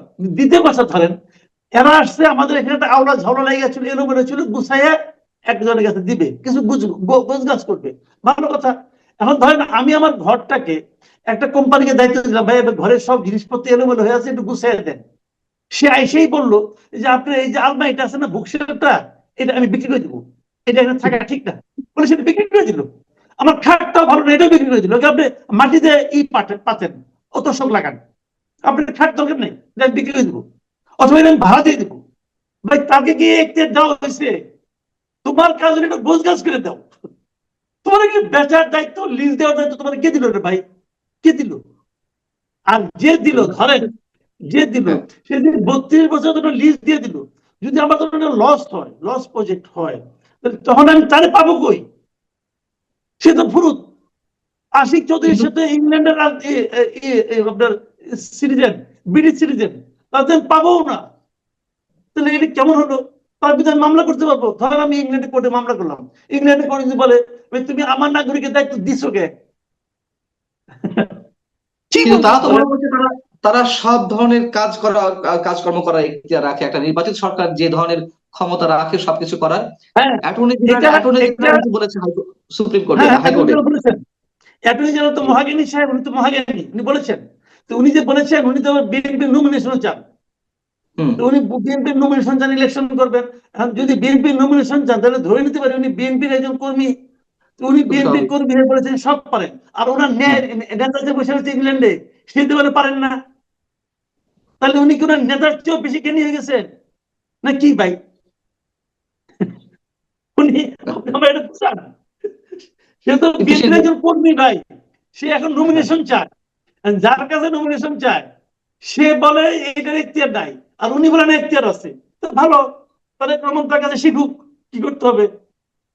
কিন্তু সে নেতাও তো আবার তীব্র বিরোধিতা করছে না, যে না এগুলো দেয়া যাবে না, এটা ঠিক না, তাহলে বুঝেন বা দলের কি একটা অবস্থা, পদ্ধতি। নেতা কয় একটা, কর্মী কয় আরেকটা, তাহলে কোনটা ঠিক? আমাদের কাছে কোনটা ঠিক হবে? যদি কর্মীটা ঠিক হয় তাহলে তো এটার কোনো বেগ থাকে না। ভাই বুঝি না রে ভাই, এবং কোন দেশে যে আছি। যেই রিটটি করা হয়েছে এটি নিয়ে আমি যথেষ্ট সংশয়ের মধ্যে আছি। আমি জানি না আপনার মানসিকতা কি বা আপনি কি বলবেন। আমি আদালতের প্রতি শ্রদ্ধা রেখেই বলছি যে যেহেতু বিচার প্রক্রিয়া কি হবে বা রায় কি হবে সেটা আদালতের বিষয়। আমরা শুধু আশঙ্কা বা আশাবাদের কথা বলতে পারি। যদি রিটটি খারিজ হয়ে যায়, যদি বিচারকরা মনে করলেন যে না রাষ্ট্রপক্ষই সঠিক, তাহলে যদি রিটটা খারিজ হয়ে যায় তাহলে তো সরকারের সামনে আর কোনো বাধা রইলো না। তখন যে কোনো কিছু যে কোনো উপায়ে বিদেশি কোম্পানিগুলোর কাছে বাংলাদেশের যে কোনো বিষয়ে তাদের সাথে যে কোনো চুক্তি করতে পারবে। বিষয়টা কি এরকম না? না, আমি তো মনে করি না, আমি তো মনে করি না। কোর্টের অনেক রায় পরে করতে জনদাবির মুখে উল্টে গেছে।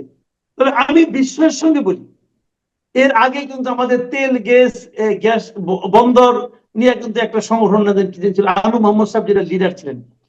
ওনারা কিন্তু এই সংগঠনের মাধ্যমে একবার হরতালও ডাকছিলেন, এত পাওয়ারফুল একটা সংগঠন। তো সেই সংগঠনের কোনো আওয়াজ শুনি না কেন? আনু মোহাম্মদ সাহেব কোথায় এখন? মুজাহিদুল ইসলাম সেলিম কোথায়? আমাদের আব্দুল্লাহ আবু সাইদ কোথায়?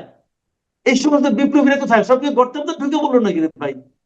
হ্যাঁ, তারা তেল গ্যাস বন্ধ নিয়ে এত কিছু করে, তাদের প্রতিবাদের ঠেলায় আপনার রূপপুর তো না, আপনার কি বলে ওই কয়লা তোলার যে এটা ছিল, ওটা বন্ধ বন্ধ হয়ে গেল। Rampal power plant. হ্যাঁ, এটা বন্ধ, ওরা তো তুলতে দিল না কয়লা হবে, মানে উন্মুক্ত পদ্ধতিতে। এত বড় বিপ্লবী এখন যে বন্ধ দিয়ে দেয়, কোনো আওয়াজ তো পাই না। ব্যাপারটা কি? নাকি কিছু খাইয়া টেয়া চুপ হয়ে গেল, বুঝলাম না কিছু। আমরা শেষ করবো সাংবাদিক মাসুদ কামাল। আপনার কাছে আমার আহ সবশেষ যে বিষয় জিজ্ঞাসা সেটি হচ্ছে প্রথমেই যে টপিকটা আমাদের ছিল শেখ হাসিনার বিচার সংক্রান্ত বা নির্বাচন সংক্রান্ত, সেই নির্বাচনের জায়গা থেকে আমরা শেখ হাসিনা প্রসঙ্গে একটু আসতে চাই, এটা দিয়ে শেষ করব। ভারত একটি প্রতিক্রিয়া জানিয়েছে, তাকে ফেরত চাওয়ার বিষয়ে বাংলাদেশ থেকে যে চিঠি দেওয়া হয়েছে বাংলাদেশ সরকারের পক্ষ থেকে। আহ ভারতের পররাষ্ট্র মন্ত্রণালয়ের মুখপাত্র রণধীর জয়সওয়াল তিনি বলেছেন পর্যালোচনা করছি, আমরা চিঠি পেয়েছি, আমরা পর্যালোচনা করছি। এই কথা দিয়ে কি মিন করে পর্যালোচনা? এত যে কথাবার্তা মানে মাসের পর মাস ধরে হচ্ছে, এখন একবার তিনি বললেন পর্যালোচনা করছি, এটি দ্বারা কি অন্য কিছু মিন করে? অবশ্যই পাত্তাই দেয়নি বাংলাদেশে ভাই, সহজ বাংলায় বললাম, পাত্তাই দেয় নাই। এর আগে বাংলাদেশ দুইটা চিঠি লিখছে, দুইবার কোনো জবাব দিছে, কোন কনক্রিট জবাব দিছে? এইবার কি বলছিলেন আপনি? তো বললেন পর্যালোচনা করছি। আরেকটা কথা বলছি কিন্তু, এই রণধীর জয়সওয়াল আরেকটা কথা বলছে, সে বলছে বিষয়টি খেয়াল করেন, বিষয়টি ভারতের চলমান বিচারিক ও আইনগত প্রক্রিয়ার আওতায় খতিয়ে দেখা হচ্ছে। বুঝছেন?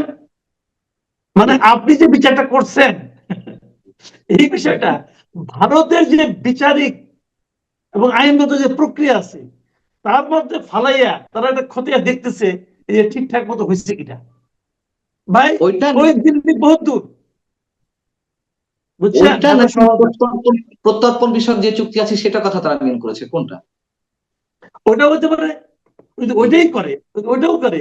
ওটার মধ্যে ঢুকে দিল, দিয়ে বললো তো ওখানে একটা শর্তই আছে, যদি তারা জি। মনে করে যে তাকে রাজনৈতিক ভাবে তাকে মানে সাজা দেওয়া হচ্ছে, তারা পাঠাবে না, এবং তারা এখন পুরোটা প্রক্রিয়াটাকে ই করবে, তবে ওটার মধ্যে ফলে দেখবে যে এটা রাজনৈতিক ভাবে কি কিনা।